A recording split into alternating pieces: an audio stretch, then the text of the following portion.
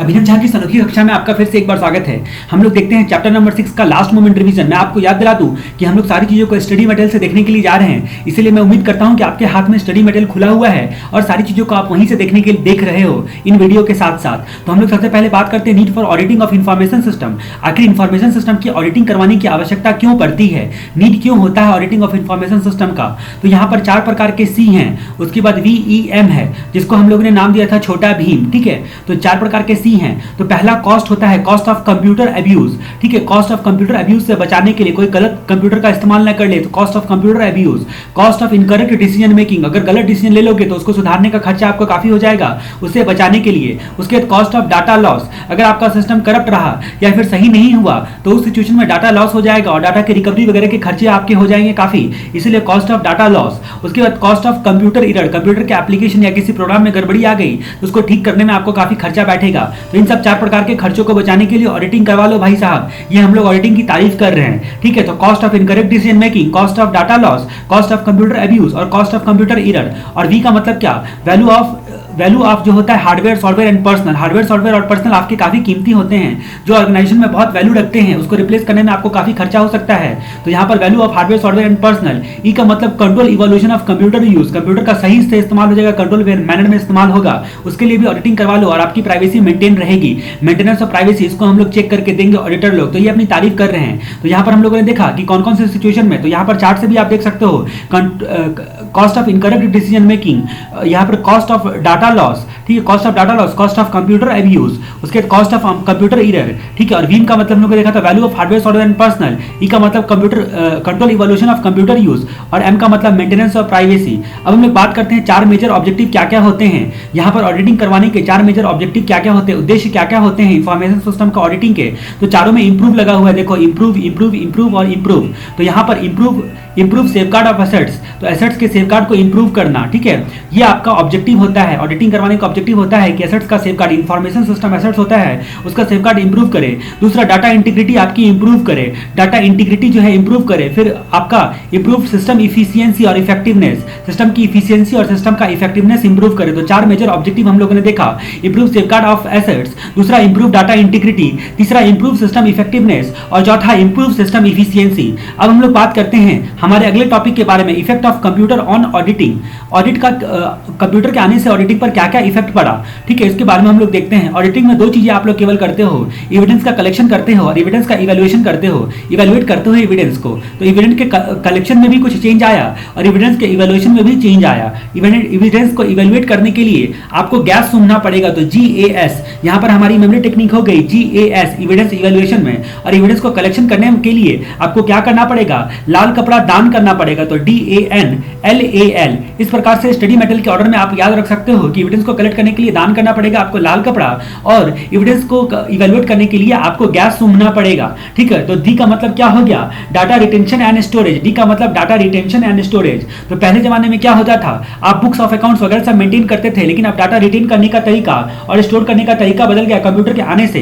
Computer के आने से एब्सेंस ऑफ इनपुट डॉक्यूमेंट की काफी कमी होती है, क्योंकि ज्यादातर जो एंट्री आप करते हो उसमें जो है इतना वाउचर मेंटेन करने नहीं जाते हो, डायरेक्ट एंट्री होती है। ठीक है, तो ऑनलाइन एंट्री सब में तो और भी प्रॉब्लम आ रहा है, यानी कि इनपुट डॉक्यूमेंट की कमी होती है।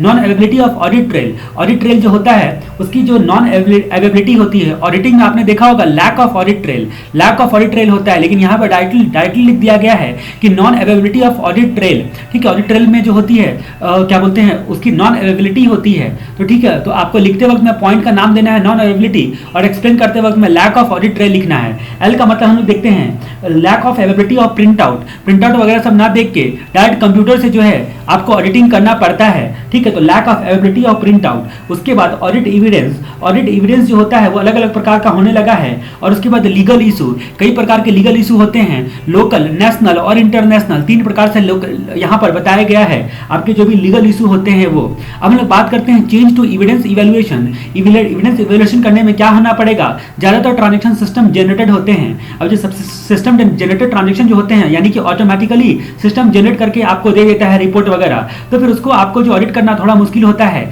यानी कि ब्लैक बॉक्स अप्रोच से आप ऑडिट करोगे उससे काम नहीं चलेगा, आपको व्हाइट बॉक्स अप्रोच यानी कि प्रोसेसिंग को डेप्थ में जाकर एनालिसिस करना पड़ेगा। उसके बाद ए का मतलब क्या हो गया, ऑटोमेटेड टीपीएस होता है, यानी कि ट्रांजेक्शन प्रोसेसिंग जो होता है आपका टीपीएस हम लोगों ने पढ़ा था चैप्टर नंबर 2 में। ट्रांजेक्शन प्रोसेसिंग सिस्टम जो होता है वो ऑटोमेटेड होता है। उसके बाद और सिस्टम अपने आप जनरेट करके देता है वाउचर वगैरह सब, सिस्टम जनरेटेड ट्रांजेक्शन। और सिस्टम एरर कि मान लो कि सिस्टम में कोई गलती आ गई तो उसको जो है खोजना बहुत मुश्किल हो जाता है, क्योंकि सिस्टम का आपको पूरा नॉलेज होना चाहिए, ऑडिटर को एक्सपर्ट होना पड़ेगा।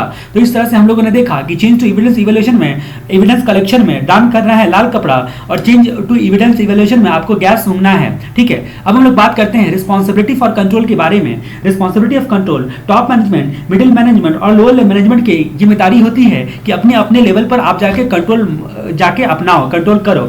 स्ट्रक्चर ऑफ कंट्रोल इन्वायरमेंट, जो आपका स्ट्रक्चर होता है कंट्रोल इन्वायरमेंट का, वो भी आपका कौन कौन से लेवल पर स्ट्रक्चर होता है। Organisation and related control, organisation के रिलेटेड कंट्रोल होता है ऑर्गेनाइजेशनल लेवल पे। उसके बाद system and related control, system level पे।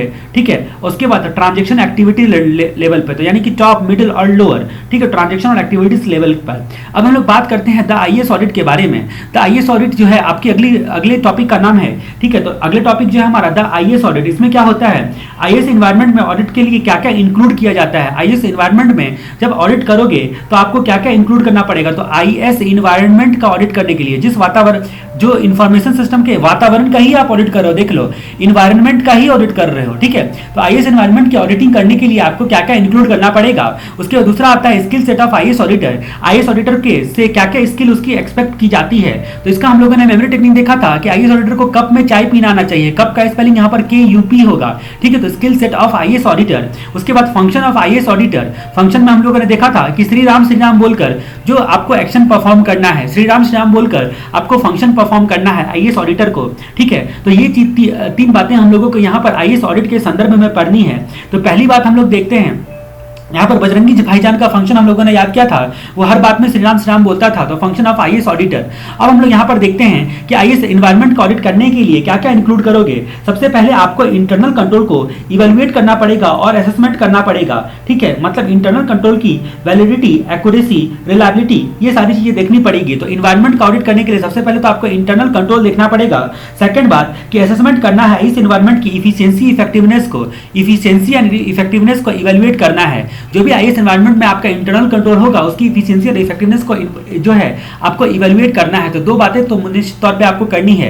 ये एक हिडन क्वेश्चन, अगर ये आ गया तो कंफ्यूज हो जाएंगे लोग कि पूछा कहां से है, जबकि यहां पर आपको इंटरनल कंट्रोल के बारे में केवल याद रखना है। पहली बात कि आईएएस एनवायरनमेंट में जो भी इंटरनल कंट्रोल है उसको इवेलुएट करना है, इंटरनल कंट्रोल की वैलिडिटी, एक्यूरेसी और रिलायबिलिटी को, और असेसमेंट करना है इस एनवायरनमेंट की इफिशियंसी और इफेक्टिवनेस को इवेलुएट करना है। अब हम लोग बात करते हैं skill set of IAS auditor के बारे में। क्या क्या स्किल होता है auditor, skill set of IAS audit, तो उसका क्या क्या स्किल होता है ऑडिटर को।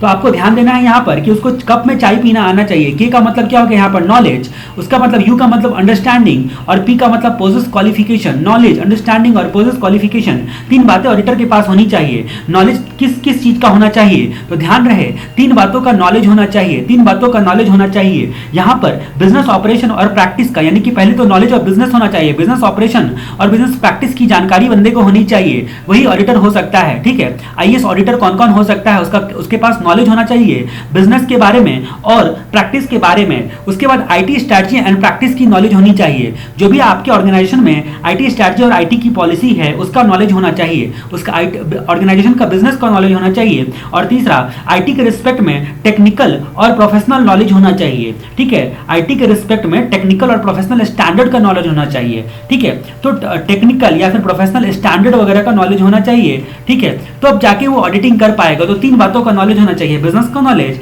आईटी जो लगाया है आईटी की स्ट्रेटजी और पॉलिसी का नॉलेज, और नॉलेज टेक्निकल और आपका प्रोफेशनल स्टैंडर्ड्स का। ठीक है, जो कि आईटी के रिस्पेक्ट में जरूरी है, चाहे वो आपका स्टैंडर्ड ऑन ऑडिटिंग हो या फिर इंटरनेशनल लेवल का कोबिट, ITIL, इन सब का नॉलेज बंदे को होगा, तब जाके वो आराम से लगा पाएगा, आपका गवर्नेंस वगैरह, मैनेजमेंट वगैरह को चेक कर पाएगा। तो यहाँ पर हम लोगों ने तीन बातें देखी, बिजनेस का, आईटी का, और तीसरी बात हम लोगों ने देखी कि जो टेक्निकल और प्रोफेशनल स्टैंडर्ड का नॉलेज होना चाहिए। अब हम लोग देखेंगे अंडरस्टैंडिंग होना चाहिए तीन बातों का। अंडरस्टैंडिंग कौन कौन से बातों का होना चाहिए, सॉरी अंडरस्टैंडिंग होना चाहिए केवल दो बातों का। अंडरस्टैंडिंग होना चाहिए इंफॉर्मेशन सिस्टम के रिस्क का, और मतलब उस पर जो प्रॉपर्ली कंट्रोल लगाए गए हैं कि नहीं लगाए गए हैं उसका।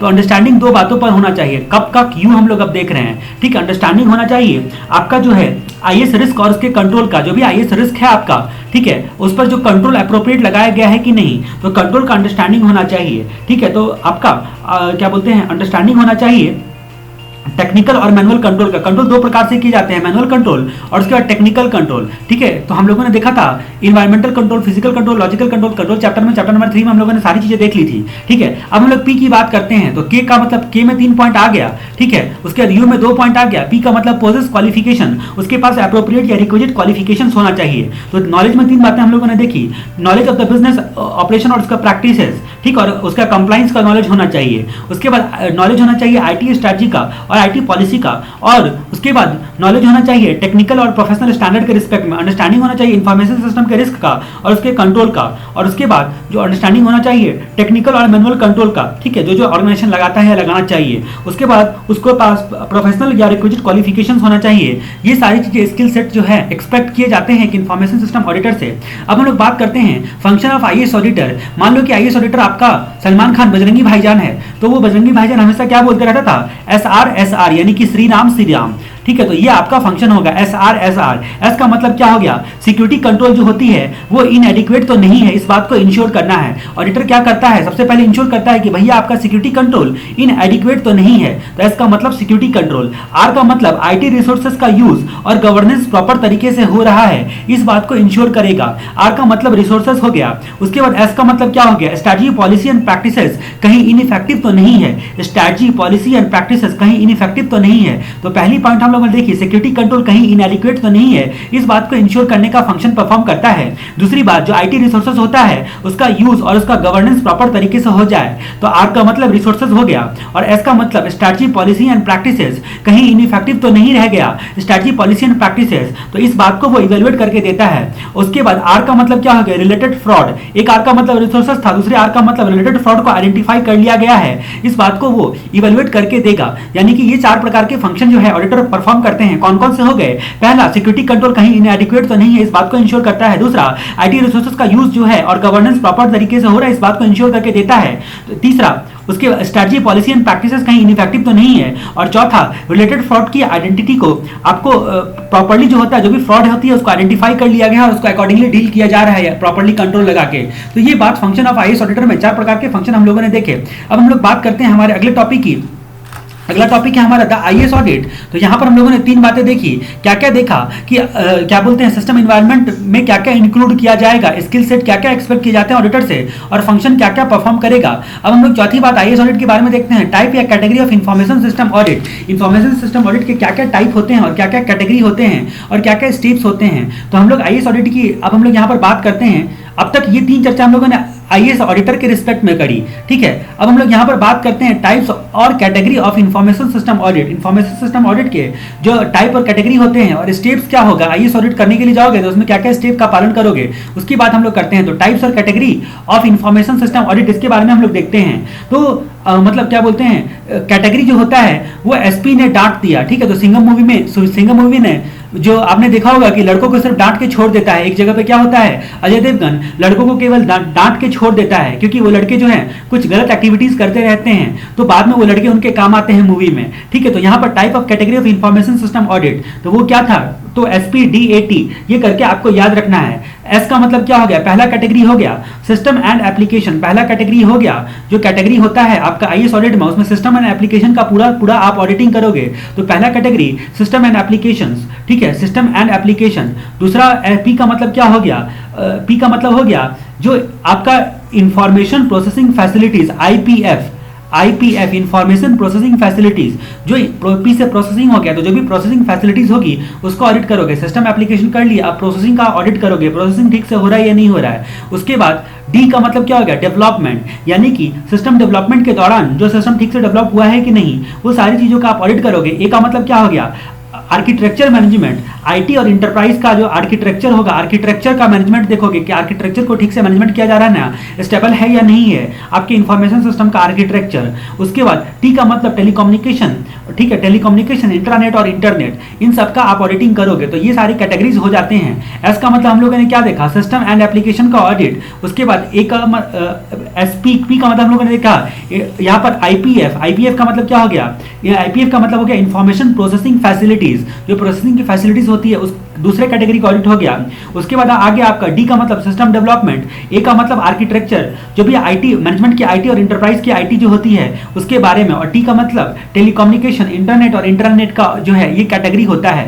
तो ये टाइप्स और category of information system audit, ये थोड़ा कॉम्प्लेक्स है, इसलिए आप थोड़ा सा इसको राइटिंग प्रैक्टिस भी कर लेना, बिना देखे हुए एक बार लिख के देख लेना, ठीक है। तो अब हम लोग बात करते हैं steps in information system audit. Information system audit करने के लिए क्या क्या स्टेप्स अपनाए जाते हैं, तो स्टेप्स अपनाए जाते हैं तो यहाँ पर आपका स्कोप डिटरमाइन किया जाता है पीएफ के एनालिसिस और रिपोर्ट के लिए। तो स्कोप, ठीक है, तो स्कोप पीएफ, तो पीएफ तो आप जनरली प्रोविडेंट फंड को ही बोलते हो, पीएफ एनालिसिस एंड रिपोर्ट, ठीक है। तो ये स्टेप्स होंगे, तो स्टेप्स जब भी आएगा तो आपको याद आना चाहिए कि पीएफ का आप ऑडिट कर रहे हो, उसके लिए स्कोप डिटरमाइन कर रहे हो, scope analysis and reporting, last में रिपोर्टिंग करते हो, रिपोर्ट को फिर क्लोज कर देते हो, रिपोर्टिंग क्लोज, ठीक है। तो ये सारे स्टेप्स होते हैं इंफॉर्मेशन सिस्टम ऑडिट के। सबसे पहले आपको क्या करना पड़ता है, स्कोपिंग एंड प्री ऑडिटिंग सर्वे करना पड़ता है, सर्वे करना पड़ता है, स्कोप डिटरमाइन करना पड़ता है। स्टेप नंबर 1, आईएएस ऑडिट करने के लिए आपको सबसे पहले स्कोप डिटरमाइन करना पड़ेगा और प्री ऑडिट सर्वे करना पड़ेगा, ठीक है। तो उसके बाद पी का मतलब क्या हो गया, प्लानिंग करना पड़ेगा, ऑडिटिंग की प्लानिंग करनी पड़ेगी पूरी तरह से, और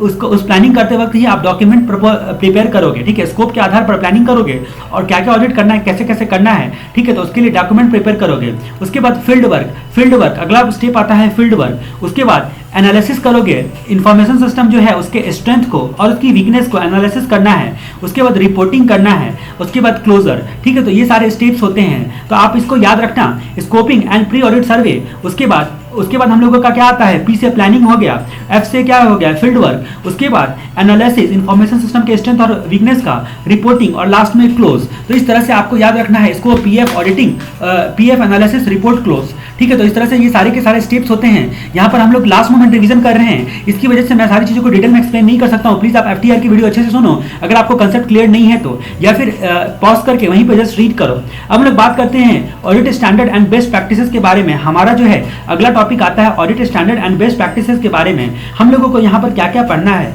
यहाँ पर हम लोगों को दो बातें पढ़नी है कि कैसे कैसे ऑडिटर को गाइड करता है स्टैंडर्ड्स जो होता है वो ऑडिटर को किस किस जगह पर गाइड करके देता है, ठीक है। दूसरा, कुछ वेल नोन ऑर्गेनाइजेशन जिसने स्टैंडर्ड इशू किए हैं उसके बारे में हम लोग देखेंगे। कुछ वेल नोन ऑर्गेनाइजेशन जिसने कौन कौन से स्टैंडर्ड इशू किए हैं उसके बारे में हम लोग देखेंगे। सबसे पहला क्वेश्चन हम लोग देखते हैं कि स्टैंडर्ड किस किस बातों पर गाइड करता है आईएएस ऑडिटर को। तो सबसे पहले गाइड करता है आपको प्लानिंग बनाने में। तो आईएएस ऑडिट का अच्छा प्लान बनाने में आपको आपके पास स्टैंडर्ड अवेलेबल रहेगा, ठीक है। तो स्टैंडर्ड के आधार पर इन सब स्टैंडर्ड के हिसाब से इसमें आपका क्या बोलते हैं, स्टैंडर्ड ऑन इंटरनल ऑडिट के बारे में जो भी स्टैंडर्ड इशू किया है आईसीआई ने, जो कि आप ऑडिटिंग पेपर में ऐसे पढ़ते हो, तो ये भी एक प्रकार का स्टैंडर्ड है, ठीक है। इसको टेक्निकल स्टैंडर्ड बोलते हैं या प्रोफेशनल स्टैंडर्ड बोलते हैं, ठीक है। तो प्लानिंग बनाने में आपको काफी मददगार होता है एज ए ऑडिटर, आपको प्लानिंग करने में कि भैया आईएएस ऑडिट कैसे कैसे करोगे उसका प्लानिंग करने में। पहला एरिया। दूसरा एरिया, हाई रिस्क एरिया को कैसे ज्यादा फोकस करना है उस पर गाइड दिया जाता है। तो हाई रिस्क एरिया पर आपको फोकस करने को मिल जाता है। इन सब की वजह से आपको पता चल जाता है कि रिस्क एरिया किधर ज्यादा हमें फोकस करना है ऑडिटिंग के दौरान। तीसरी बात आपको पता चलती है कि एरर और वीकनेस का पता कैसे करें। इसमें लिखा रहता है कि भाई एरर एंड वीकनेस का पता एग्जैक्टली आप कैसे करें। स्टैंडर्ड से आपको 3 बातों के लिए हिंट मिल जाता है। तो ये auditing standard and best practices का आपको फायदा मिल जाता है as a information system auditor. अब हम लोग बात करते हैं कुछ संस्थाओं के बारे में जिन्होंने पूरी दुनिया में धमाका मचाया हुआ है, उन्होंने स्टैंडर्ड वगैरह सब इशू करके, जिसमें आपको कुछ चैप्टर नंबर 7 में डिटेल में पढ़ना है। जैसे कि अगर मैं आपको जानकारी के लिए बता दूं तो हम लोगों ने कोविड देखा था, कोविड इसाका ने इशू किया था, तो उसके बारे में हम लोगों ने चैप्टर नंबर 1 में देखा था ISO 27001। ये इंफॉर्मेशन सिस्टम सिक्योरिटी पर आपको, सिक्योरिटी के लिए आपको स्टैंडर्ड इशू करके देता है। इंफॉर्मेशन सिस्टम की सिक्योरिटी कैसे करोगे, प्रॉपर्ली सिक्योर होना चाहिए, उस पर आपको ISO 27001 ये आपको स्टैंडर्ड इशू करता है। और उसके बाद ये वाला भी चैप्टर नंबर 7 में पढ़ना है, इंफॉर्मेशन टेक्नोलॉजी इंफ्रास्ट्रक्चर लाइब्रेरी, ये सिक्योरिटी मैनेजमेंट पर, ठीक है। मतलब आपको इंफॉर्मेशन टेक्नोलॉजी सिस्टम मैनेजमेंट पर, मैनेजमेंट के लिए ये आपको एक्चुअली 5 पब्लिकेशन के बुक्स देता है। इसको इंफॉर्मेशन टेक्नोलॉजी इंफ्रास्ट्रक्चर लाइब्रेरी बोलते हैं। तो लाइब्रेरी मतलब क्या, बुक, ठीक है। तो यहाँ पर मैनेजमेंट के लिए, आईएएस मैनेजमेंट के लिए और ये आईएएस सिक्योरिटी के लिए आपको स्टैंडर्ड देता है। फिर एक होता है इंटरनल ऑडिट स्टैंडर्ड और standard on auditing issued by ICAI, ठीक है। तो ये सारे, इतने सारे नाम आपको याद रखने हैं। सबसे पहले हम लोग बात करते हैं इशाका के बारे में। इशाका कौन होता है? Information system audit and control association. ये ग्लोबल IT एसोसिएशन है, ठीक है। इन्होंने कोविड-5 इशू किया हुआ है। तो इसने क्या क्या दिया है, इशाका ने क्या क्या दिया, उसकी चर्चा हम लोग करते हैं। इशाका ने आपको SG और P दिया है, SGP दिया है, स्टैंडर्ड गाइडलाइंस और प्रैक्टिस दिया है, ठीक है। और साथ में आपको कोविड-5 दिया है, कोविड-5। ये चीज़ें दी है आपको क्या बोलते हैं, इशाका ने, information system audit and control association ने। एस का मतलब क्या हो गया? Auditing standard. एस का मतलब स्टैंडर्ड। एस से क्या हो गया? एक वर्ड आ रहा था 16, ठीक है। SS रिलेशन बोलो तो 16, ठीक है। तो स्टैंडर्ड से 16, तो 16 प्रकार के स्टैंडर्ड दिए गए हैं ऑडिटिंग के लिए। आपको 16 प्रकार के स्टैंडर्ड दिए गए हैं ऑडिटिंग के लिए, स्टैंडर्ड, ठीक है। ऑडिट 16 प्रकार के ऑडिट स्टैंडर्ड। जी का मतलब हो गया 39 प्रकार के ऑडिट गाइडलाइंस दिए हैं, 39 प्रकार के गाइडलाइंस दिए हैं। जी का मतलब गाइडलाइंस, 39 प्रकार के गाइडलाइंस दिए हैं। उसके बाद यहाँ पर 39 प्रकार के गाइडलाइंस दिए हैं। उसके बाद 11 प्रकार के ऑडिट प्रोसीजर दिए हैं, 11 प्रकार के ऑडिट प्रोसीजर दिए हैं। और 39 - 11 करो तो 28, 28 प्रकार के 28 सर्टिफिकेशन के साथ आपको कोविड-5 दिया है। 28 सर्टिफिकेशन के साथ कोविड-5 दिया है। कोविड-5 में हम लोगों ने चैप्टर नंबर 1 में देखा था कि इसके बारे में हम लोग टोटल डिटेल हम लोगों ने देख लिया था कि गवर्नेंस एंड मैनेजमेंट के लिए एक्चुअली ये IT के रिस्पेक्ट में कैसा भी आपका IT स्ट्रक्चर कॉम्प्लेक्स क्यों ना, उसका गवर्नेंस और मैनेजमेंट करके देता है कोविड-5, क्योंकि चैप्टर नंबर 1 में आपने काफी डिटेल में देखा था। हम लोग यहाँ पर पहले जो बात करते हैं स्टैंडर्ड, तो स्टैंडर्ड बोलो तो 16 प्रकार के ऑडिटिंग के लिए स्टैंडर्ड दिया जाता है, इशाका ने दिया है। गाइडलाइंस 39 टाइप के दिए हैं। और उसके बाद प्रैक्टिसेस जो है 11 टाइप के ऑडिटिंग प्रैक्टिसेस दिए हैं, ठीक है। तो ये आपको याद रखना है। उसके बाद हम लोग जहाँ तक बात करते हैं ISO 27001 के बारे में, तो ये आपको अच्छे तरीके से चैप्टर नंबर 7 में पढ़ना है, जो कि सिक्योरिटी मैनेजमेंट के लिए स्टैंडर्ड होता है। उसके बाद इंटरनल ऑडिटिंग स्टैंडर्ड, इसके बारे में पढ़ते हैं। तो यहाँ पर इंटरनल ऑडिटिंग स्टैंडर्ड जो होता है वो इंटरनल ऑडिटर को गाइड दिया जाता है। इंटरनल ऑडिटर को क्यों गाइड दिया जाता है? ताकि वो IT की सिक्योरिटी को, IT सिक्योरिटी को, उसके बाद IT मैनेजमेंट को, ठीक है, और IT कंट्रोल के रिस्पेक्ट में इंटरनल ऑडिट जो है चेक कर सके। इंटरनल जो है, इंटरनल कंट्रोल का जो है इफिशियंसी, इफेक्टिवनेस और कंसिस्टेंसी वगैरह सब वो चेक कर सके, इसीलिए इंटरनल ऑडिटिंग स्टैंडर्ड जो है उसको दिया जाता है। उसके बाद standard on issue of by ICAI, तो बहुत सारे एस्पेक्ट पर इंटरनल ऑडिट को कवर किया गया है, ठीक है। स्टैंडर्ड ऑन ऑडिटिंग, तो इंटरनल ऑडिटर पर ऑडिटिंग पर जो आपका ऐसे याद होगा आपको, वो सारे के सारे लिख देना यहाँ पर, अगर ये डिटेल करने के लिए आ गया तो। अब हम लोग ITIL के बारे में जहाँ तक बात करते हैं, तो IT सर्विस मैनेजमेंट के लिए 5 कोर पब्लिकेशन की किताब आपको ITIL ने दिया है। अभी ये वाला और ये वाला चैप्टर नंबर 7 में, ठीक है, बहुत डिटेल में पढ़ना है। और साथ में कुछ इंस्टीट्यूट ऑफ इंटरनल ऑडिटर ने कुछ बातें बताई है, वो भी हमें पढ़ना है। तो ये 3 वाला एरिया हम लोग वापस से डिस्कशन करेंगे। फिलहाल हम लोग बात करते हैं परफॉर्मिंग IAS ऑडिट। अब आपको IAS ऑडिट परफॉर्म करना है, तो कैसे कैसे आप IAS ऑडिट परफॉर्म कर सकते हो? तो IAS ऑडिटिंग जो होता है, परफॉर्म करने के लिए 2 पर्सपेक्टिव से IAS ऑडिट परफॉर्म किया जाता है। पहला पर्सपेक्टिव आपका होता है फाइनेंशियल, पहला पर्सपेक्टिव होता है फाइनेंशियल परफॉर्म करने के लिए, और दूसरा होता है आपका परफॉर्मेंस। फाइनेंशियल पर्सपेक्टिव से ऑडिटिंग करते हो आप, फाइनेंशियल पर्सपेक्टिव से मैटेरियलिटी को और सिग्निफिकेंस को देखते हो, परफॉर्मेंस के रिस्पेक्टिव से क्वांटिटेटिव, क्वालिटेटिव, इफिशियंसी और इफेक्टिवनेस वगैरह सबको देखते हो, ठीक है। अब जो ये परफॉर्म करने के लिए जाओगे IAS ऑडिट, तो उस परफॉर्म करने के लिए जाओगे तो आप इन्फॉर्मेशन ढूंढोगे। तो जो इन्फॉर्मेशन आपको मिला है उसकी वैलिडिटी को कैसे चेक कर सकते हैं, यहाँ से क्वेश्चन क्रिएट होता है। Several ways of validation of information obtain bye auditor, जो इन्फॉर्मेशन आपको मिला है तो उसका कैसे कैसे आप वैलिडिटी को चेक कर सकते हो, उसके बारे में हम लोग बात करते हैं। तो ये एक प्रकार का गेम खेल रहा है यहाँ पर। डिफरेंट पर्सनल से आपको सेम क्वेश्चन पूछना है, डिफरेंट पर्सनल से सेम क्वेश्चन पूछना है और आंसर को कंपेयर करना है। फिर डिफरेंट टाइम में सेम क्वेश्चन पूछना है डिफरेंट वे में। डिफरेंट पर्सनल से हो गया, ये डिफरेंट टाइम में हो गया, सेम क्वेश्चन पूछना है डिफरेंट वे में, मतलब और क्या बोलते हैं, किसी को पकाना है सीधे शब्दों में। डिफरेंट टाइम में सेम क्वेश्चन घुमा घुमा के पूछेगा और आंसर को कंपेयर करना है। उसके बाद तीसरी बात आती है कि आपको चेकलिस्ट से क्या बोलते हैं, जो भी आपका राइटिंग पेपर, डॉक्यूमेंट वगैरह सब होता है उसको और चेकलिस्ट को मिलाना है कि दोनों का जो है मतलब टैली कर रहा है कि नहीं, इनकंसिस्टेंट तो नहीं है। तो सबसे पहले चेकलिस्ट के बारे में 2 पॉइंट आता है, 3rd पॉइंट और 4th पॉइंट चेकलिस्ट के बारे में आता है, ठीक है। तो चेकलिस्ट से जो आपको मिलाना है, यहाँ पर क्या करना है, एविडेंस वगैरह को, यानी कि आपके डॉक्यूमेंट्स, वर्किंग पेपर, ये सब आपने कलेक्ट किया उससे। और उसके बाद दूसरा चीज मिलाना है ऑब्जर्वेशन से।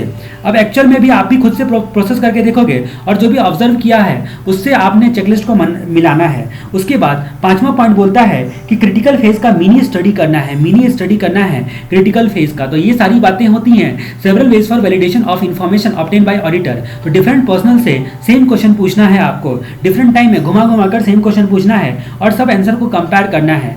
चेकलिस्ट देखना है आपको वर्किंग पेपर या एविडेंस या डॉक्यूमेंट से मिलाकर, चेकलिस्ट फिर उससे देखना है ऑब्जर्वेशन से मिलाकर। उसके बाद कंडक्ट मिनी स्टडी करनी है, जो भी क्रिटिकल फेजेस होंगे, क्रिटिकल फेजेस का मिनी स्टडी आपको पक्का से पक्का करना है।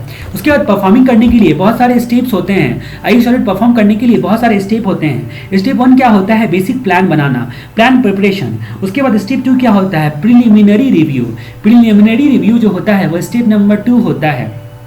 तो वेरियस स्टेप में आपका पहला स्टेप हो गया प्लान बनाना, दूसरा हो गया प्रीलिमिनरी रिव्यू करना। उसके बाद हम लोग स्टेप ऑफ परफॉर्मिंग ऑडिट में देख ही चुके हैं, स्कोप वगैरह सब आपने देखा ही था।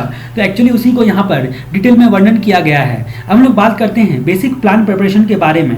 तो प्लान प्रिपरेशन जो करने का ऑब्जेक्टिव क्या क्या होता है? सबसे पहला ऑब्जेक्टिव होता है नेचर, टाइमिंग एंड एक्सटेंट को जानना, यानी कि स्कोप का एक्चुअल में जानना, ठीक है। दूसरा ऑब्जेक्टिव होता है नॉलेज ऑफ बिजनेस लेना, बिजनेस का नॉलेज लेना। तीसरा ऑब्जेक्टिव होता है ऑडिट कमेटी वगैरह सबसे प्लान डिस्कस करना, आपको मैनेजमेंट वगैरह से प्लान को डिस्कस करना है, ठीक है। तो उसके बाद चौथा ऑब्जेक्टिव क्या होता है? डॉक्यूमेंटेशन करना ऑडिट प्रोग्राम को, ऑडिट जो प्रोग्राम आप बनाने के लिए जा रहे हो उसका डॉक्यूमेंटेशन करना। पांचवा ऑब्जेक्टिव क्या होता है कि कंटिन्यूअस इवेल्युएट करने रहना है आपको, प्लान को अपडेट करते रहना। तो प्लान प्रिपरेशन में ही आपको इवेल्युएशन का के लिए रूम छोड़ना पड़ेगा ताकि कंटिन्यूअस जो आप इवेल्युएट करते रहो। और छठा कि प्लान को अकॉर्डिंगली मॉडिफाई करना है, कुछ भी प्लान में परिवर्तन आया तो इसलिए प्लान जो होता है फ्लेक्सिबल होता है।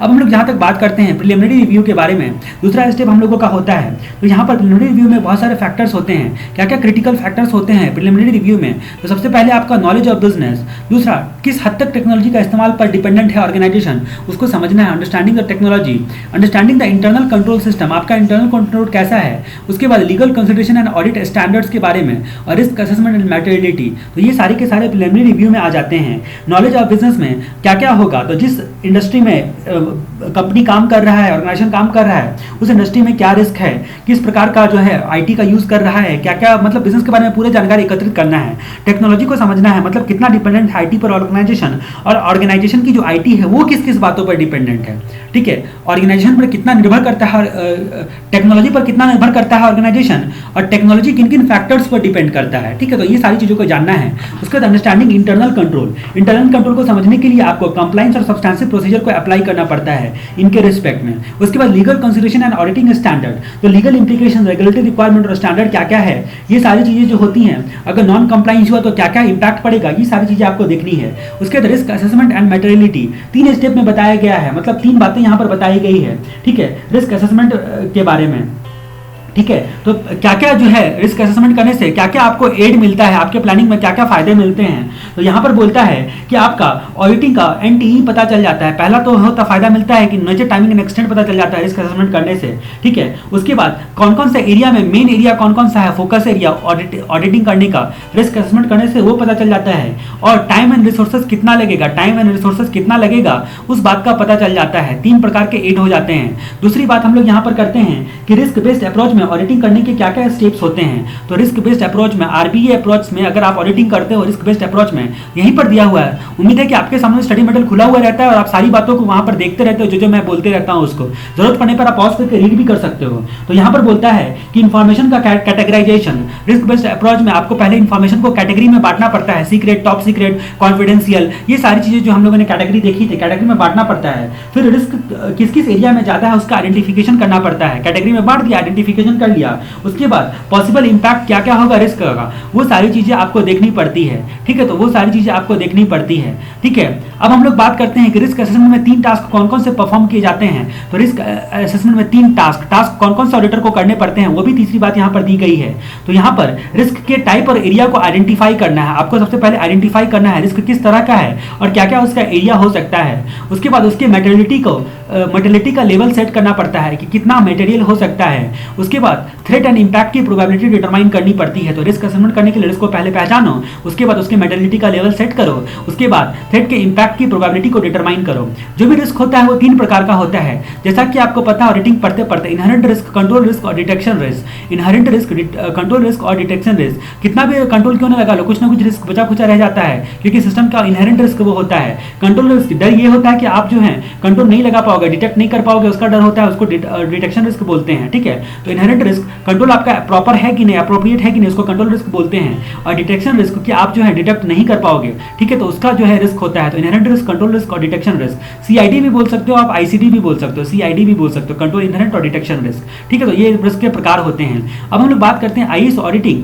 एंड ऑडिट एविडेंस के बारे में, ठीक है। तो आईएस ऑडिटिंग एंड एविडेंस के बारे में बात करते हैं कि एविडेंस की आवश्यकता आखिर क्यों पड़ती है, एविडेंस क्यों जरूरी होती है, यानी कि पर्पस क्या होता है एविडेंस का, एविडेंस को निकालने का पर्पस क्या होता है। सबसे पहला क्वेश्चन हमारा ये आता है, तो ऑडिट के काम पर प्रॉपर्ली कंट्रोल रहे, आपका जो ऑडिट वर्क है उस पर प्रॉपर्ली आपका कंट्रोल होना चाहिए। दूसरी बात हम लोग करते हैं कि ऑडिटिंग वर्क का सबूत मिले, सबूत यानी कि एविडेंस है, ठीक है, प्रूफ, जो भी आप ऑडिट का कंक्लूजन करोगे, सॉरी ऑडिट कंक्लूजन का एविडेंस, ठीक है, कंक्लूजन का, ठीक है। तो ये बात दूसरा कारण होता है एविडेंस इकट्ठा करने का। तीसरा कि अकाउंटिंग शेड्यूल में सपोर्ट हो, मतलब आपका शेड्यूल में आपको सपोर्ट होना चाहिए, ठीक है। तीसरा, चौथा यहाँ पर बेनिफिट है कि बिजनेस या उसकी हिस्ट्री का नॉलेज होता है आपका एविडेंस से, बाद में जो है आगे चल के फ्यूचर रेफरेंस के लिए काम आएगा, तो बिजनेस के बारे में पता चलेगा, ठीक है। तो ये 4 प्रकार के जो होते हैं एविडेंस 4 प्रकार के कारण से जरूरी होते हैं, ठीक है। अब हम लोग जहाँ तक बात करते हैं इनहेरेंट लिमिटेशंस, जो ऑडिटिंग के इनहेरेंट लिमिटेशंस होते हैं वो आपके बोलते हैं कि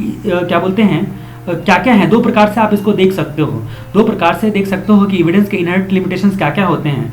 अगर एविडेंस फिजिकल फॉर्म में नहीं है तो उसके क्या क्या लिमिटेशंस है, फिजिकल फॉर्म में एविडेंस नहीं है, इलेक्ट्रॉनिक फॉर्म में है, तो क्या क्या तरीका अपनाना पड़ेगा इसको लिमिटेशन को ओवरकम करने के लिए। और यहाँ पर दूसरा आता है SA 200, SA 200 आपके ऑडिटिंग में पढ़ना है आपको, जहाँ पर आप एक बार जस्ट रीड कर सकते हो, नहीं तो FTR की वीडियो में मैंने फिर से बताया है डिटेल में, तो वो आप सुन लेना, ठीक है। लेकिन यहाँ पर हमारे लिए इंपॉर्टेंट क्या क्या होते हैं कि अगर फिजिकल फॉर्म में एविडेंस नहीं है तो ऑडिटर को क्या क्या एक्शन लेना पड़ता है।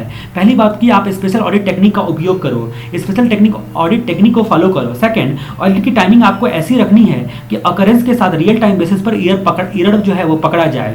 तो टाइमिंग जो होती है ऑडिटिंग का ऐसा रखना है कि अकरेंस के बेसिस, अकरेंस होते के साथ ईयर जैसे ही अकर हुआ उसके साथ ही पकड़ा चला जाए, ठीक है। तो ये इनहेरेंट लिमिटेशंस में ये 2 बातें दी गई हैं, ठीक है। आपको लग रहा होगा कि ये क्या बात हुई, लेकिन आपके स्टडी मॉडल के अकॉर्डिंग हम लोग जा रहे हैं, स्टडी मॉडल में एवे लिखा हुआ है तो क्या कर सकते हैं। Provision relating to digital evidence के बारे में हम लोग बात करते हैं। इंडियन जो होता है आपका, मतलब इंडियन एविडेंस एक्ट जो होता है वो 2 प्रकार के एविडेंस को जो है वो कंसिडर करता है आपका सब बतौर सबूत, एक ओरल एविडेंस को और दूसरा डॉक्यूमेंट्री एविडेंस को, ओरल एविडेंस को, डॉक्यूमेंट्री एविडेंस को, ठीक है। तो ये जो डॉक्यूमेंट जो होता है अगर ये क्या हो सकता है, अगर फिजिकल फॉर्म में है तब तो ठीक है, इंडियन एविडेंस एक्ट के तहत जाएगा।